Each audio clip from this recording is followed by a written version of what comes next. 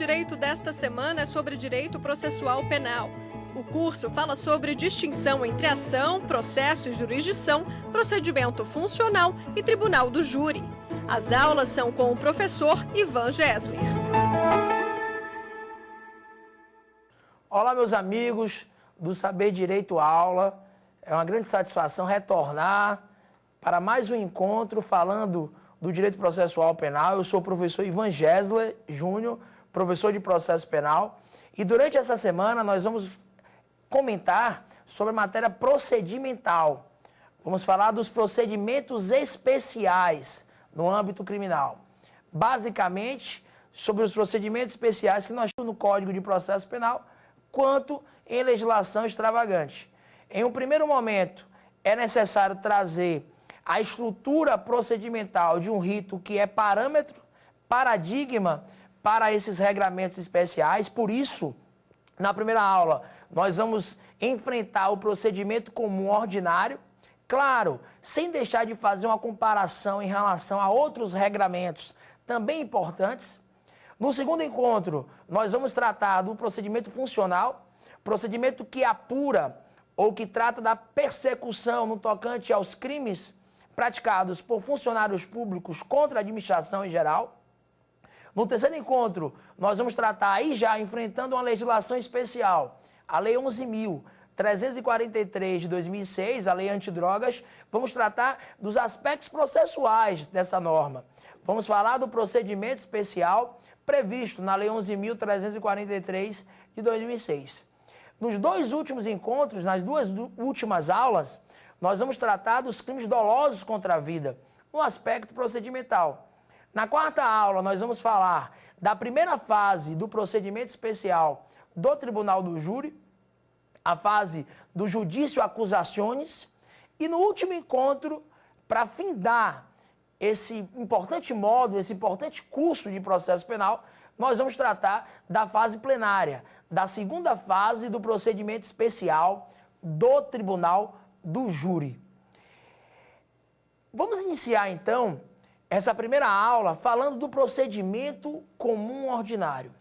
Na verdade, por mais que nosso curso tenha por objeto o procedimento especial ou os mais importantes procedimentos especiais que nós temos tanto no Código de Processo Penal quanto na legislação extravagante, na lei especial, basicamente no âmbito processual, é importante sim trazer o parâmetro, trazer o rito paradigma, o procedimento comum mais aplicável em relação à maioria das hipóteses delituosas, para só então enfrentar os regramentos especiais.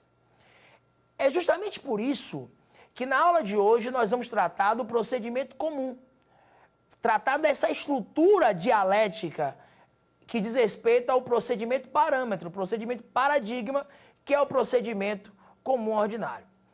Antes, pessoal, eu quero fazer uma distinção entre três institutos extremamente importantes para um ponto de partida no tocante à análise procedimental, a análise do próprio processo penal ou do sistema processual penal. Uma distinção relevante a ser feita entre os conceitos de ação, processo e jurisdição. Você não pode confundir essas definições. Ação é um direito de agir. Ação é um direito de provocar o Estado juiz pedindo a aplicação da lei, no nosso caso, a lei penal, em relação a um caso concreto, em relação a um fato histórico, em relação a um fato penalmente relevante. Em contrapartida, o que é o processo? Processo é uma situação jurídico-processual, como bem define o professor Auri Lopes Júnior. Processo não se trata de uma relação jurídico-processual, ou mesmo no tocante a uma lide, como nós temos no âmbito civil. Processo é esse conjunto de cargas, descargas, de ônus, de atos praticados no tocante a uma situação jurídica, uma situação jurídico-processual. E, por fim, jurisdição é mais um dos poderes estatais. É o poder do Estado de aplicar a lei em relação a um determinado caso concreto. Uma dúvida que pode surgir, e essa discussão dogmática de fato existe, é saber se o procedimento surge do processo ou ocorre justamente o oposto. O processo é que surgiria do procedimento. Na verdade, prevalece o entendimento de que o processo seria o gênero e o procedimento seria uma espécie. Então, o que é procedimento? Procedimento é a forma processual. Procedimento é a moldura do processo. É a forma do processo. É o conjunto de atos processuais que se destinam a um resultado final, que se destinam a um provimento final que, em regra, vai ser a sentença. Mas, claro, nem sempre vai ser uma sentença condenatória, absolutória ou mesmo extintiva do direito de punir, do poder punir estatal, uma sentença extintiva de punibilidade. Nós vamos analisar nos próximos encontros e verificar que, em alguns casos, em alguns procedimentos, ao invés de termos no final do rito ou no fim do procedimento uma sentença, podemos ter, em alguns casos, uma decisão interlocutória. Mas fato é que o procedimento é, então, um conjunto de atos processuais que se destinam a um provimento final. Por isso que é muito relevante e é muito importante que a forma do processo, como também ressalta Aury Lopes Júnior, seja respeitada. Forma é garantia. E uma garantia que deve ser observada em favor do réu no processo penal. Não se admite um amorfismo, como bem ressalta o professor Ricardo Glockner, da Universidade do Rio Grande do Sul, da Universidade Católica do Rio Grande do Sul, que tem obras interessantíssimas tratando sobre isso, sobre nulidades no processo penal, sobre o risco e o processo penal. Na verdade, eu não posso pensar no conceito de tipicidade isoladamente apenas em relação ao direito penal. Repito, a forma processual deve ser respeitada. E sempre que houver esse amorfismo, uma inobservância da forma, sempre que houver uma atipicidade processual, nós vamos estar, em regra, diante uma nulidade que pode ser relativa ou absoluta, a depender do caso concreto. Mas qual é, então, a estrutura desse procedimento parâmetro no processo penal? Qual é a estrutura do procedimento que vai servir como um paradigma para os regramentos especiais que nós vamos estudar em nosso curso? O procedimento comum ordinário, ele está previsto a partir do artigo 394 do Código de Processo Penal. Na verdade, do artigo 394 até o artigo 405 do CPP. Em 2008, nós tivemos uma importante reforma no Código de Processo Penal, uma substancial reforma, modificação em relação ao tema procedimental. Foram 3 leis responsáveis por essa alteração legislativa.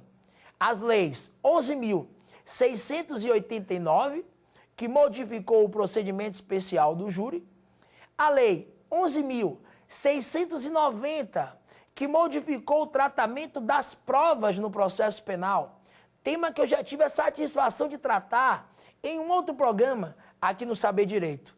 E também a lei 11.719, de 2008, que alterou o procedimento comum. A partir de então, a estrutura do procedimento comum ordinário vai seguir esses artigos 395, ou melhor, 394 até o artigo 405 do Código de Processo Penal. Os crimes serão persequíveis via procedimento comum ou procedimento especial. Qual é a análise que o aluno deve fazer? Diante de uma hipótese criminosa, você primeiro deve verificar se aquele delito não está sujeito a um procedimento especial. Caso ele não esteja sujeito a um regramento especial, por força do Código de Processo Penal ou por força de uma lei especial, esse delito será persequível, processado via rito comum, via procedimento comum. E o procedimento comum, ele pode ser o procedimento comum ordinário, sumário e sumaríssimo. O procedimento comum ordinário, que é o paradigma, nós já comentamos isso, e objeto dessa nossa primeira aula, desse nosso primeiro encontro, ele será aplicável aos crimes que não estejam sujeitos ao procedimento especial e que tenham pena máxima igual ou superior a 4 anos. São as hipóteses, por exemplo, do roubo, do furto, do estelionato, de uma extorsão, de um estupro, de um latrocínio. Em regra, os crimes estão sujeitos, portanto, principalmente os crimes de maior gravidade, os crimes mais graves, a esse procedimento comum ordinário. Em contrapartida, o procedimento sumário está previsto dos artigos 531 até o artigo 538 do Código de Processo Penal e será aplicável aos crimes que tenham pena máxima superior a 2 e menor do que 4 anos. Como nós não temos penas quebradas no Código Penal e na legislação especial, em regra, são os delitos que tenham pena máxima igual a 3 anos. É importante, entretanto, fazer uma observação. O rito comum sumário, que está previsto a partir do artigo 531 do CPP, também será aplicável aos crimes previstos na Lei 10.741 de 2003, que tenham pena máxima não superior a 4 anos. As infrações de menor potencial ofensivo, vale dizer, todas as contravenções penais e os crimes que tenham pena máxima de até 2 anos vão seguir o rito sumaríssimo. Aquele rito que nós temos em relação ao juizado especial criminal, previsto a partir do artigo 60 da Lei 9.099 de 95. Vale dizer, os crimes que tenham pena máxima de até 2 anos. É um procedimento comum, mas previsto em uma legislação extravagante, que é a Lei 9.099 de 95. É importante ressaltar também que os crimes previstos na Lei 10.741 de 2003, no Estatuto do Idoso, que tenham pena máxima de até 4 anos, também vão seguir o rito sumaríssimo. É o que prescreve o artigo 94 do Estatuto do Idoso. Com uma observação importante, aplica-se a moldura procedimental, aplica-se o rito sumaríssimo, mas não será aplicável ou não serão aplicáveis os institutos descarcerizantes, descarcerizadores, que eu tenho na Lei 9.099 de 95, como a transação penal, a composição civil dos danos.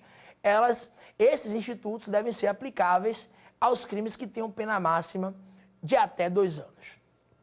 Outro ponto importante no tocante a essa introdução procedimental é perceber o seguinte: existem 2 hipóteses da Lei 9.099 de 95, do Juizado Especial Criminal, que serão responsáveis por uma derrogação da competência do GCRIM. Essa observação é relevante para entender o seguinte: por exemplo, no Juizado Especial Criminal não se admite a citação editalícia, essa citação ficta, a citação por edital. GCRIM é informalidade, é celeridade, é oralidade, é simplicidade, é economia processual.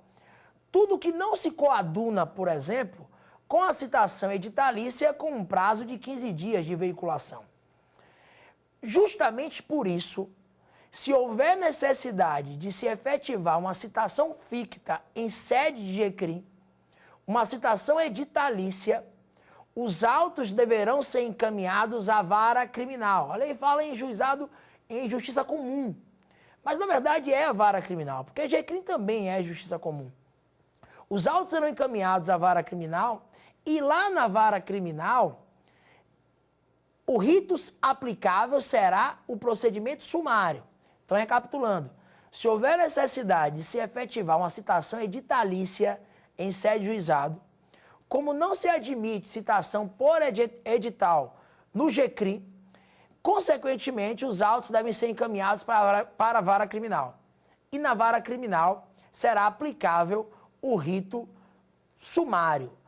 é a previsão, inclusive, do artigo 538 do Código de Processo Penal.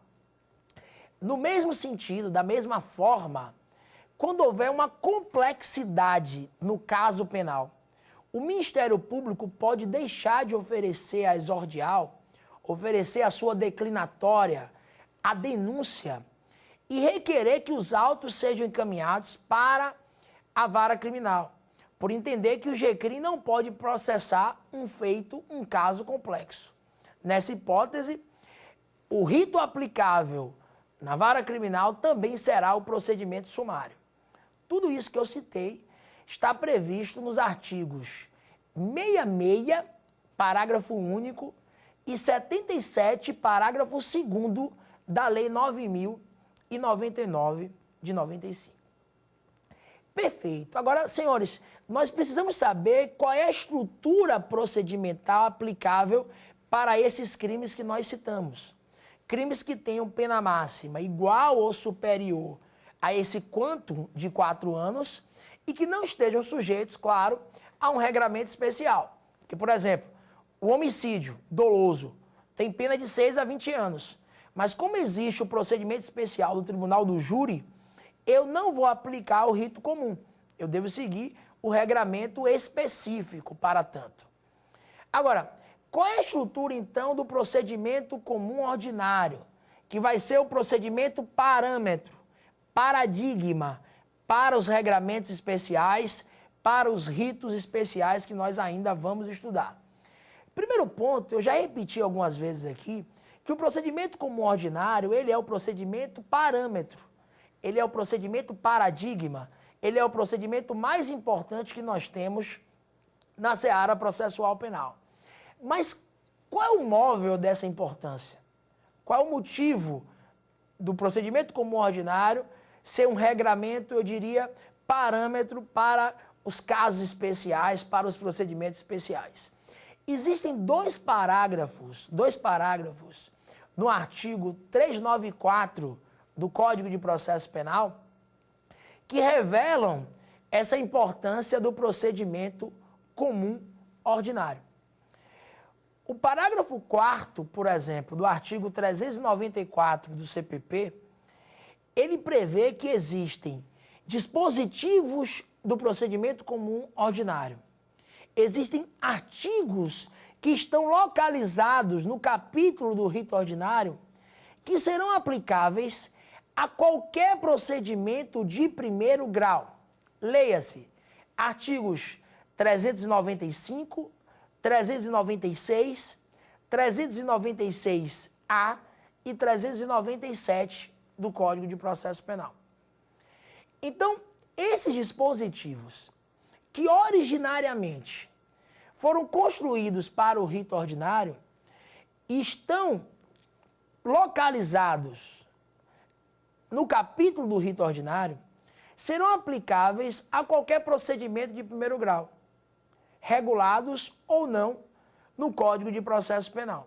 São os casos, por exemplo, que nós vamos estudar em instantes, da decisão que rejeita a denúncia ou queixa, artigo 395 do CPP, da resposta à acusação à defesa escrita do réu, artigos 396 e 396-A do Código de Processo Penal, e também do artigo 397 do CPP, que é o dispositivo que trata de uma espécie de julgamento antecipado do feito. É um dispositivo que trata da absolvição sumária. Esses artigos serão aplicáveis, sim, a qualquer procedimento de primeiro grau, mesmo que o procedimento não traga explicitamente, expressamente esses institutos. Agora é preciso fazer uma ressalva muito importante para a teoria e para a prática criminal. Esses institutos previstos originariamente para o procedimento comum ordinário serão aplicáveis aos procedimentos especiais, desde que com eles não sejam incompatíveis. Vou dar um exemplo. Procedimento previsto na Lei de Drogas, que nós ainda vamos estudar. Lá na Lei de Drogas existe uma defesa prévia, uma defesa preliminar, antes do recebimento ou rejeição da petição inicial. Então, eu não preciso da resposta do réu prevista no procedimento comum ordinário para trazer a ampla defesa ao procedimento antidrogas. A resposta da acusação prevista no artigo 396 e 396-A do CPP artigos que estão no capítulo do procedimento comum ordinário, são incompatíveis com o regramento previsto na lei de drogas. Então, essa observação é importante. O parágrafo 4º, ele deve ser aplicado. O parágrafo 4º, ele é acatado pela doutrina e pela jurisprudência, mas desde que a previsão da resposta à acusação, da rejeição da petição inicial e da absolvição sumária não sejam incompatíveis ou não seja incompatível com aquele procedimento específico, com um procedimento especial que está regulado ou não no Código de Processo Penal. Olha que coisa interessante, o procedimento comum ordinário é tão importante que em casos de transição, o Supremo Tribunal Federal, a Corte Suprema, admite que o procedimento ordinário seja aplicável até nas hipóteses de prerrogativa de função. Como assim? Olha, nos casos de prerrogativa de função, processos aplicáveis, por exemplo, para um prefeito, para um governador, para um deputado federal, deputado estadual, senador, membros da magistratura, nesses casos eu não vou aplicar o procedimento de primeiro grau. Será aplicável o procedimento previsto na Lei 8.038 de 90, lá a partir do artigo 4º desse regramento, dessa norma. Mas nas hipóteses, por exemplo, em que o sujeito não tinha prerrogativa de função, estava respondendo um processo em primeiro grau, mas em transição ele toma posse, por exemplo, numa função pública relevante, ele adquire a prerrogativa de função, e que por conta do princípio da atualidade, os autos devem ser encaminhados ao tribunal. O Supremo já admitiu a preservação, por exemplo, desses institutos. Ou seja, a aplicação da absolvição sumária prevista no artigo 397 do CPP, a aplicação da resposta à acusação, ou mesmo dos casos de rejeição previstos no artigo 395 do CPP. Então vejam que, de fato, o procedimento comum ordinário ele é tão importante que até em casos de prerrogativa de função, óbvio, nessas hipóteses de transição procedimental, o Supremo Tribunal Federal já admitiu a aplicação desse regramento, a aplicação desses institutos aí que estão no parágrafo 4º do artigo 394 do CPP. Mas eu repito, desde que não sejam incompatíveis com o procedimento especial. Por exemplo, nos casos de concurso de crimes, os tribunais superiores não têm acatado a decretação, a alegação de nulidade quanto à aplicação do procedimento comum ordinário em relação a crimes comuns e especiais. Como assim? Por exemplo, imagine que o sujeito é encontrado com 2 quilos de cocaína, praticou supostamente o crime de tráfico de substâncias entorpecentes, mas também foi encontrado com uma arma de uso restrito. Em relação ao delito previsto no Estatuto do Desarmamento, a Lei 10.826 de 2003, que tem artigos importantes no âmbito penal, como o artigo 14 e o artigo 16 dessa norma, eu tenho que aplicar o procedimento comum. Mas em relação ao tráfico de drogas, eu deveria aplicar o procedimento especial previsto no artigo, ou melhor, na Lei 11.343/2006. Lá a partir do artigo 50 e seguintes, você tem previsões especiais em relação à persecução criminal no tocante ao crime de tráfico de drogas, ao crime de associação ao tráfico.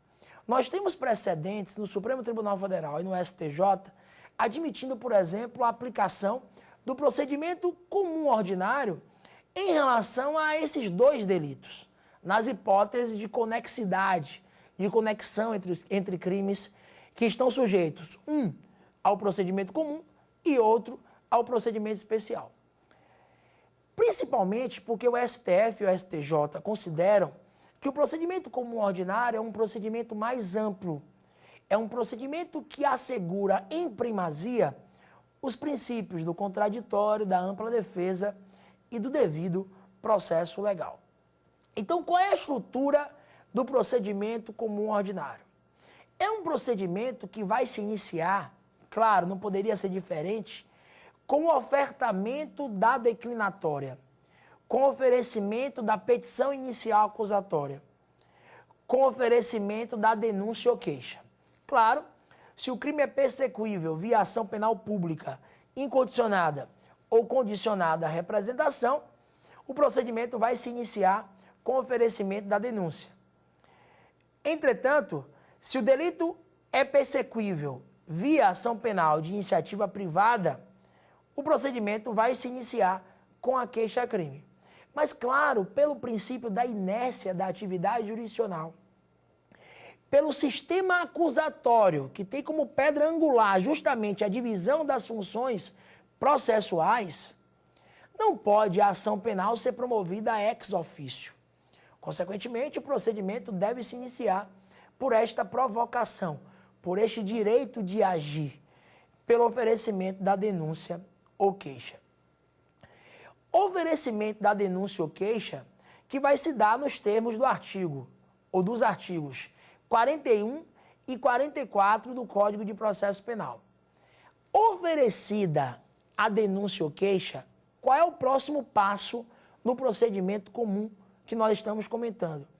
O recebimento ou rejeição da petição inicial.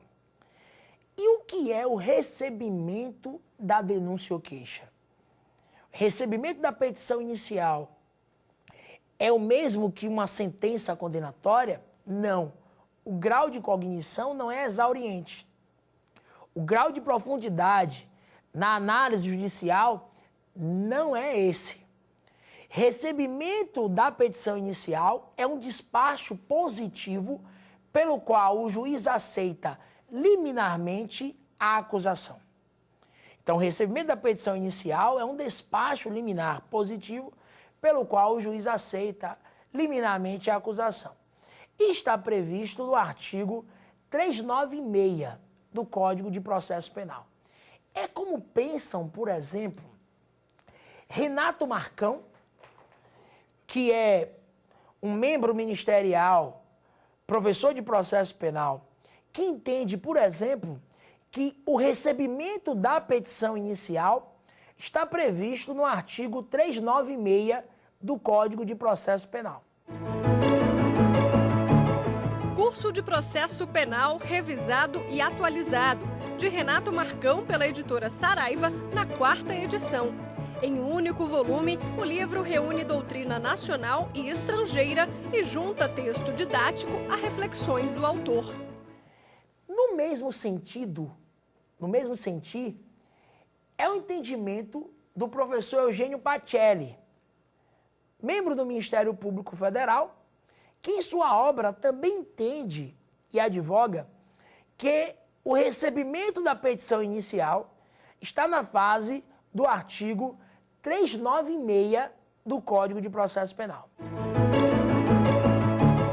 Curso de Processo Penal revisto, atualizado e ampliado, de Eugênio Pacelli, pela editora Atlas, já na 21ª edição.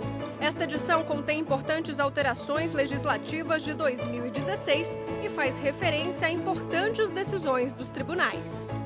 Mas por que essa celeuma eventualmente existente quanto ao momento de recebimento da petição inicial no processo penal? Essa celeuma existe ou se torna interessante e importante mencionar o momento em que o juiz recebe a petição inicial no processo penal, primeiro, porque o recebimento da denúncia ou queixa é a primeira causa interruptiva da prescrição que eu tenho no âmbito penal.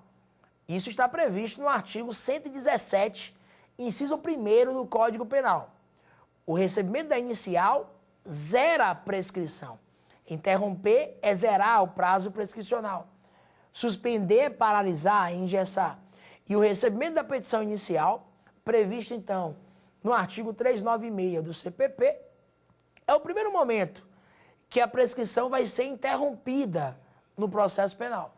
Mais à frente, nós vamos ter a publicação da sentença condenatória como uma outra causa interruptiva da prescrição. Mas o primeiro marco interruptivo é mesmo o recebimento da petição inicial. E tanto o artigo 396 quanto o artigo 399 do Código de Processo Penal fizeram alusão ao recebimento da petição inicial. Então eles dizem, por exemplo, o juiz recebê-la-á, ou então recebida a denúncia ou queixa, eles fazem menção ao recebimento da petição inicial. E aí surge uma discussão na doutrina que acabou desaguando nos tribunais para saber se o recebimento da petição inicial se daria antes da apresentação da defesa escrita pelo réu, como entendem esses doutrinadores que nós mencionamos, ou após o recebimento da petição inicial, vale dizer, ou melhor, ou após a apresentação da defesa escrita, a apresentação da resposta à acusação. Então a divergência é saber o quê? Se o recebimento da petição inicial se dá antes da apresentação da defesa escrita ou após a apresentação dessa resposta à acusação. Se o recebimento se dá na fase do 396 ou na etapa do artigo 399 do CPP. Eugênio Pacelli, por exemplo, essa obra que citamos em seu curso de processo penal, é importante você enfrentar e, se for estudar o tema por essas obras, verificar a atualização, porque todos os anos essas obras têm sido, de fato, atualizadas, e perceber o seguinte, ele menciona que na Constituição Federal não há nenhum dispositivo assegurando que o recebimento da petição inicial se dê após o juiz assegurar a ampla defesa e contraditória ao réu. Vale dizer, não é imprescindível existir uma defesa escrita antes do recebimento ou rejeição da petição inicial. Então, se o recebimento da denúncia ou queixa se dá antes do réu se manifestar no processo penal, antes do denunciado ou querelado trazer suas razões defensivas ao processo, refutando aquela imputação, fato é que nesse momento o juiz atua como um julgador, mas eu diria, com o espírito de um defensor. Porque o juiz pode não receber a petição inicial, mesmo que o réu ainda não tenha se manifestado.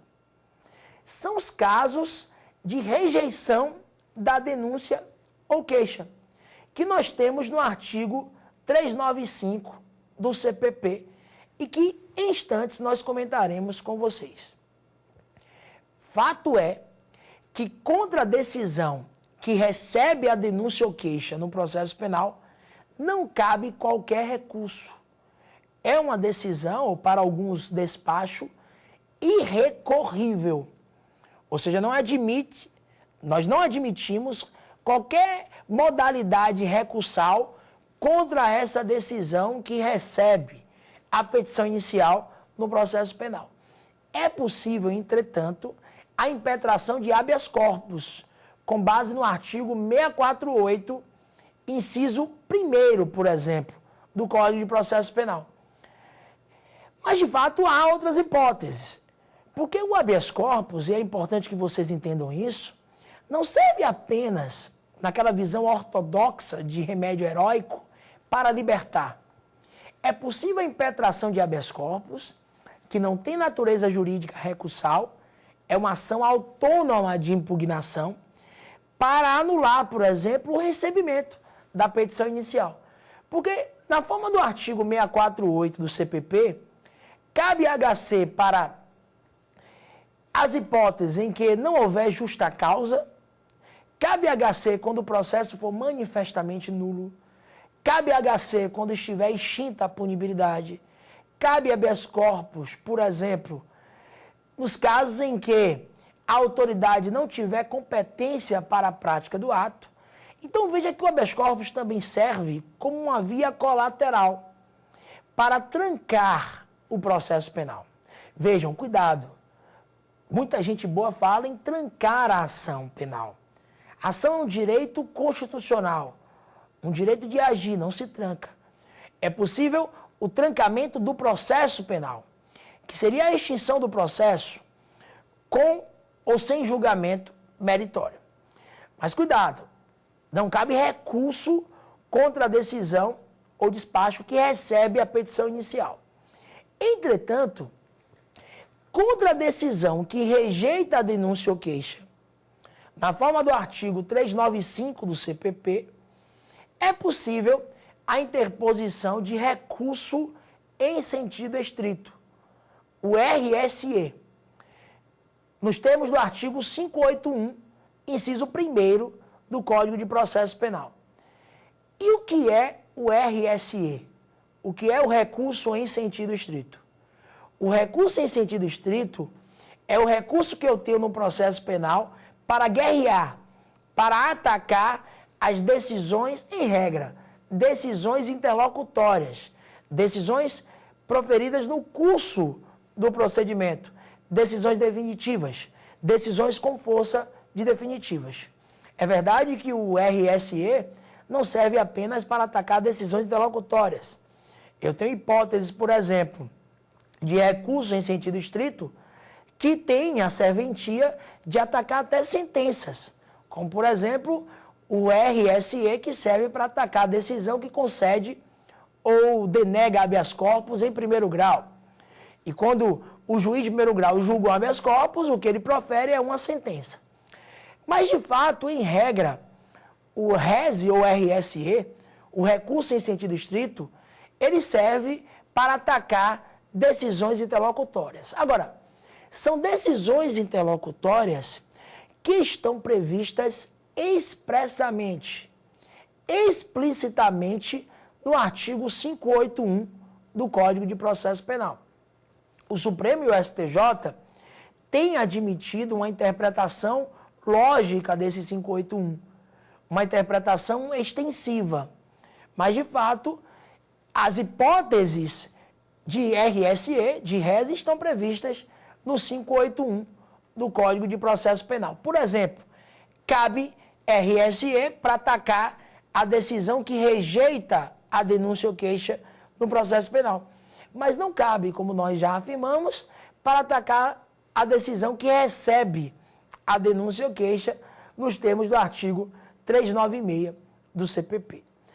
Mas, enfim, quais são os casos de rejeição da denúncia ou queixa do processo penal? Quais são os casos de rejeição da petição inicial? As hipóteses de rejeição estão no artigo 395 do CPP. Os incisos são 1, 2 e 3. Cabe, por exemplo, ao juiz rejeitar a petição inicial se ela for inepta, nos termos do inciso 1º do 395. E o que é uma petição inicial inepta? Uma petição inicial inepta é aquela que não atende os requisitos do artigo 41 do Código de Processo Penal. É aquela, por exemplo, que não individualiza o fato com todas as suas circunstâncias, com todas as suas peculiaridades. Existem perguntas que devem ser respondidas quando o Ministério Público oferta a petição inicial. Como o fato foi praticado? Se existem qualificadoras? Qual foi o móvel ou motivo do fato? Quando? Qual foi o modus operandi? Enfim, existem perguntas que devem ser respondidas, uma individualização que deve ser observada para não violar o princípio do contraditório e da ampla defesa. Contraditório é direito à informação, para que eu possa ter uma reação. E não há como o réu se defender de algo que ele não conhece, em primazia, em todos os seus termos, de maneira perfeita. Não vai existir contraditório e vai ser afetado, em contrapartida, também o princípio da ampla defesa. Há precedentes no Supremo Tribunal Federal e no STJ admitindo até uma petição inicial um pouco genérica, mas ela não pode ser totalmente genérica. O Supremo já admitiu, por exemplo, uma petição inicial um pouco genérica, mas que individualize, ainda que pouco, as condutas imputadas, principalmente nos crimes de gabinete, nos crimes de autoria múltipla, onde se torna difícil a individualização de cada conduta, de cada imputado, de maneira perfeita, de maneira que a observância do princípio do contraditório e da ampla defesa seja feita de maneira profunda. Mas cuidado, a regra é que o contraditório e a ampla defesa seja observado da mesma forma que nós afirmamos, ou seja, com a individualização da petição inicial, sob pena de rejeição, nos termos do artigo 395, inciso 1º do CPP. Outra hipótese interessante do 395 é o inciso 3º. Porque o inciso 3º do artigo 395 do Código de Processo Penal, ele prevê que a petição inicial deve ser rejeitada se não houver justa causa. É importante perceber que essa justa causa é uma justa causa formal. E o que é justa causa formal? É um lastro probatório mínimo para o exercício do direito de agir. Só o fato do sujeito ser réu num processo penal, de maneira temerária, já se apresenta como um constrangimento ilegal. Muitos acreditam que ser réu no processo penal sem prisão cautelar é algo tranquilo, é algo que não se traduz como constrangimento. Há um constrangimento, sim. E esse constrangimento ou essa coação será ilegal, ou existirá a iminência de uma coação ilegal, quando o sujeito é processado sem justa causa. Cuidado, não é fumus boni iuris. Nós não vamos aplicar as categorias do processo civil, como bem ressalta o professor Auri Lopes Júnior, o professor Laurea Tucci, o professor Rômulo Andrade Moreira, de maneira mecânica no processo penal. Existe uma teoria geral do processo, mas processo civil é uma coisa, processo penal é outra. Aqui eu falo em fumus comice delicti, fumaça da prática do crime, indício suficiente de autoria ou participação e materialidade nos crimes não transeuntes, naqueles crimes que deixam vestígios. Então, para o exercício da pretensão acusatória, e a pretensão acusatória é o objeto do processo penal, para o exercício da pretensão acusatória, para que ela seja legítima, eu preciso desse lastro probatório mínimo, dessa fumaça da prática do crime. Veja que a cognição aqui não é exauriente. Não é uma certeza de que o sujeito foi o autor do delito. Não é isso. Esse ainda não é o momento. Por certo, ainda existirá uma instrução criminal pela frente, se o juiz não absolver sumariamente o réu. E na instrução criminal, aí sim, a cognição poderá ser profunda nesses termos. São indícios suficientes de autoria. Um juízo de possibilidade do sujeito ser o autor do fato e do fato ter existido, vale dizer, prova da existência do fato. Se não houver justa causa para a ação penal, a petição inicial deve ser rejeitada.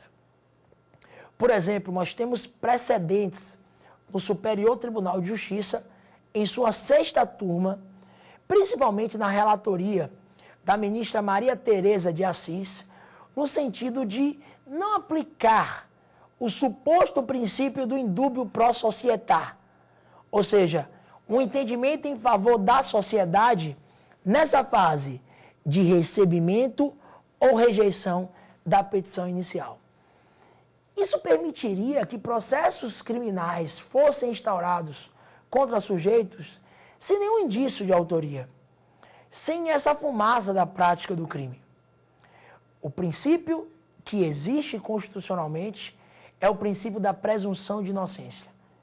E o favor é o favor rei. O indúbio que existe é o indúbio pro réu. Então não se admite esse suposto princípio do indúbio pro società para se admitir recebimento de petição inicial sem esse manancial probatório ínfimo para sustentar uma pretensão acusatória legítima um processo penal de fato justo contra um determinado imputado. Então, cuidado, já há precedentes afastando esse indúbio pró societar e abraçando a presunção de inocência como uma regra de tratamento. Como menciona o professor Geraldo Prado, desde a notícia do crime, desde a notícia a crimes, até o trânsito em julgado de uma sentença condenatória, o sujeito nasceu inocente e vai ser inocente até o fechamento integral das vias recursais. Vale dizer, ou seja, deve ser tratado como de fato é. E esse tratamento leva em consideração, por exemplo, um momento de recebimento da petição inicial que exige justa causa para tanto.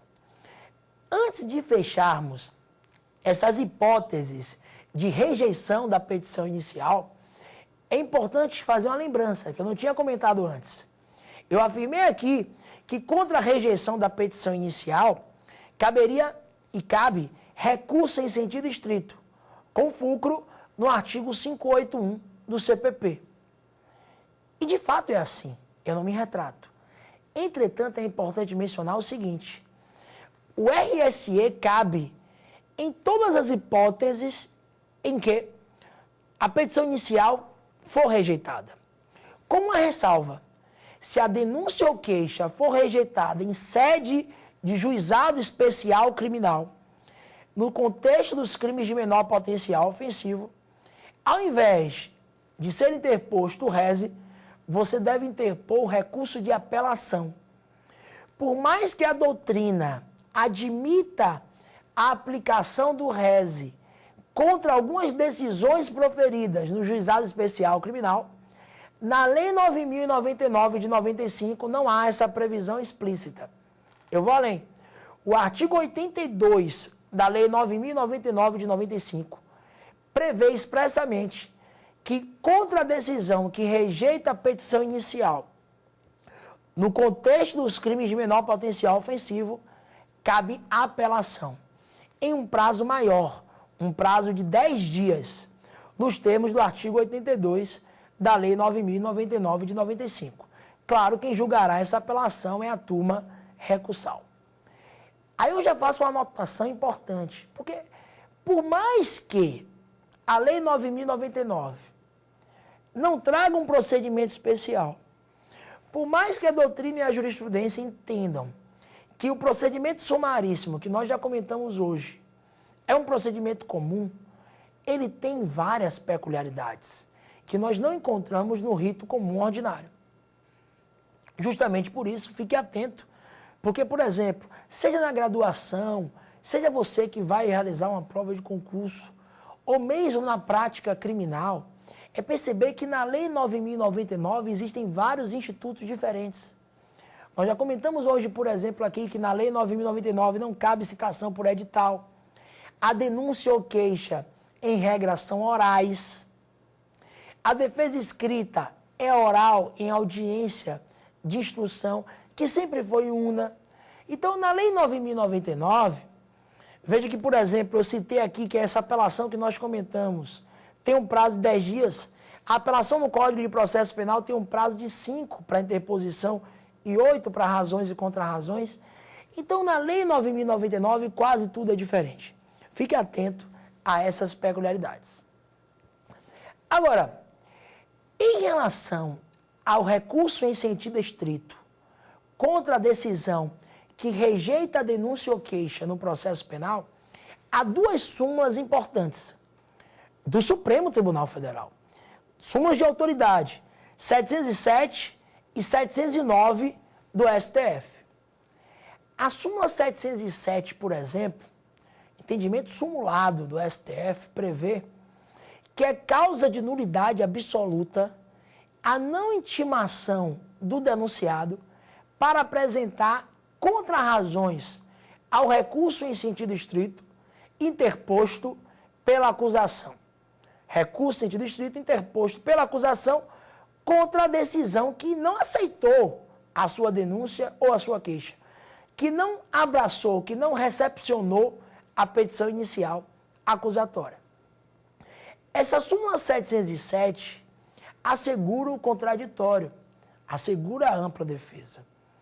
Veja que eu tenho, em um juízo negativo, porque a denúncia não foi recebida, a necessidade de acautelar esses princípios que nós citamos. Contraditório, ampla defesa, devido processo legal. Ainda nem há processo penal, mas há a necessidade de assegurar o direito à informação e o direito à reação, o contraditório. Falar em contraditório no processo penal é até uma redundância, porque não existe processo sem contraditório. O contraditório está no DNA de qualquer espécie de processo penal que se diga democrático. Então, mesmo ainda não sendo recebida a denúncia ou queixa, o STF já entende que deve ser assegurado o contraditório. É causa de nulidade a não intimação do denunciado para apresentar contrarrazões ao recurso em sentido estrito, interposto pelo Ministério Público. Por exemplo, certa feita eu atuei num caso de uma advogada que foi denunciada por suposta falsidade ideológica e falsidade documental. O juiz, o Ministério Público Federal, denunciou essa advogada que atuava em um processo trabalhista e teria supostamente praticado esses delitos no contexto de um processo trabalhista. E o juiz federal não aceitou a acusação, rejeitou. Veja que a denunciada ainda nem sabia da existência de uma denúncia contra ela. Agora, posteriormente, ela é intimada para quê? Intimada para apresentar contrarrazões ao recurso em sentido estrito interposto pelo Ministério Público Federal. Nas suas contrarrazões, ela vai dizer, por exemplo, que realmente a denúncia era inépita, que não tinha indício suficiente de autoria, que não foi feita uma perícia no documento, vai refutar, rechaçar as alegações ministeriais. Agora, a súmula 709 do Supremo diz que o acórdão que dá provimento ao recurso em sentido estrito interposto pela acusação já serve como recebimento da petição inicial, porque, consequentemente, deu provimento aos interesses recursais, ao interesse da acusação em ver o sujeito processado. Pessoal, senhores, se a denúncia, entretanto, não for rejeitada, se a denúncia for recebida pelo juiz, o próximo passo é citar o réu para apresentar uma resposta à acusação nos termos do artigo 396 e 396-A do CPP em um prazo de 10 dias. Olha, falou em resposta à acusação no processo penal, falou em defesa escrita no processo penal, em regra, o prazo vai ser de 10 dias. Nós vamos perceber nos próximos encontros que existem exceções, mas a resposta à acusação, por exemplo, que é uma defesa escrita do réu, você pode chamar de defesa preliminar, pode chamar de resposta escrita, ela vai ter um prazo de 10 dias. Então perceba que o réu vai ser citado no processo penal não mais para ser interrogado.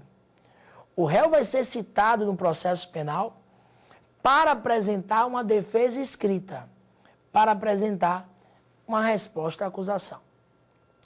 Porque até 2008, durante muito tempo, o réu era citado no processo penal para ser interrogado. E ele só apresentava defesa prévia após o seu interrogatório. Claro que isso violava frontalmente o princípio do contraditório, o princípio da ampla defesa. Consequentemente, justamente por isso, a partir de 2008, o réu vai ser citado para apresentar a resposta à acusação. Apresentada essa resposta à acusação, existe a possibilidade do juiz absolver sumariamente o réu, nos termos do artigo 397 do Código de Processo Penal, que nós vamos comentar também nos próximos encontros. Se o juiz não absolver sumariamente o réu, ele vai designar e realizar audiência de instrução criminal, onde as provas orais, em maioria, serão produzidas, uma audiência una de instrução, interrogatório e julgamento. Serão apresentadas as alegações finais, em regra orais, que podem ser convertidas em alegações escritas e, por fim, o juiz profere uma decisão final à sua sentença. Então, meus amigos, nesse primeiro encontro, nessa primeira aula, nós procuramos trazer uma ideia, trazer a estrutura do procedimento comum ordinário, para que possamos, nas próximas aulas, realizar uma comparação entre esse rito que é paradigma e os procedimentos especiais. Primeiro fizemos uma introdução, afirmando quando o procedimento comum ordinário será aplicável, em relação aos crimes que tenham pena máxima igual ou superior a 4 anos e não estejam sujeitos a um procedimento especial. Depois falamos da importância do procedimento ordinário e por que ele vai ser parâmetro para procedimentos especiais. Citamos os parágrafos 4º e 5º do artigo 394 do CPP. Passamos então a analisar os atos processuais subsequentes. Falamos do oferecimento da petição inicial, do recebimento da petição inicial, nos termos do artigo 396 do CPP, e da rejeição, nos termos do artigo 395. Citamos que, se o juiz receber a petição inicial, ele deve, desculpem a redundância, citar o réu para apresentar sua defesa escrita, a resposta à acusação, e após a apresentação da resposta à acusação, se o juiz não absolver, desde logo o imputado, ele vai designar e realizar uma audiência una de instrução, interrogatório e julgamento. No próximo encontro ou nos próximos encontros, nós continuamos tratando do tema procedimental penal. Até logo.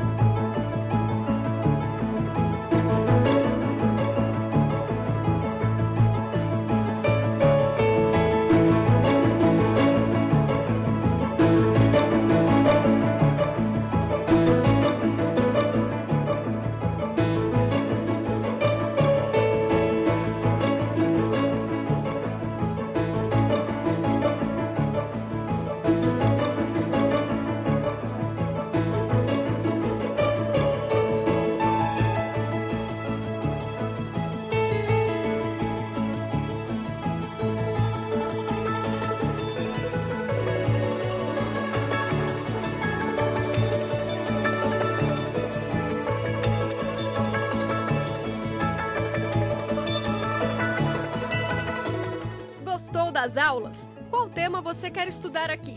Mande sua sugestão para o nosso e-mail saberdireito@stf.jus.br ou para o WhatsApp da TV Justiça. O número é este aí que aparece na tela. Você pode ainda estudar pela internet. É só acessar tvjustiça.jus.br.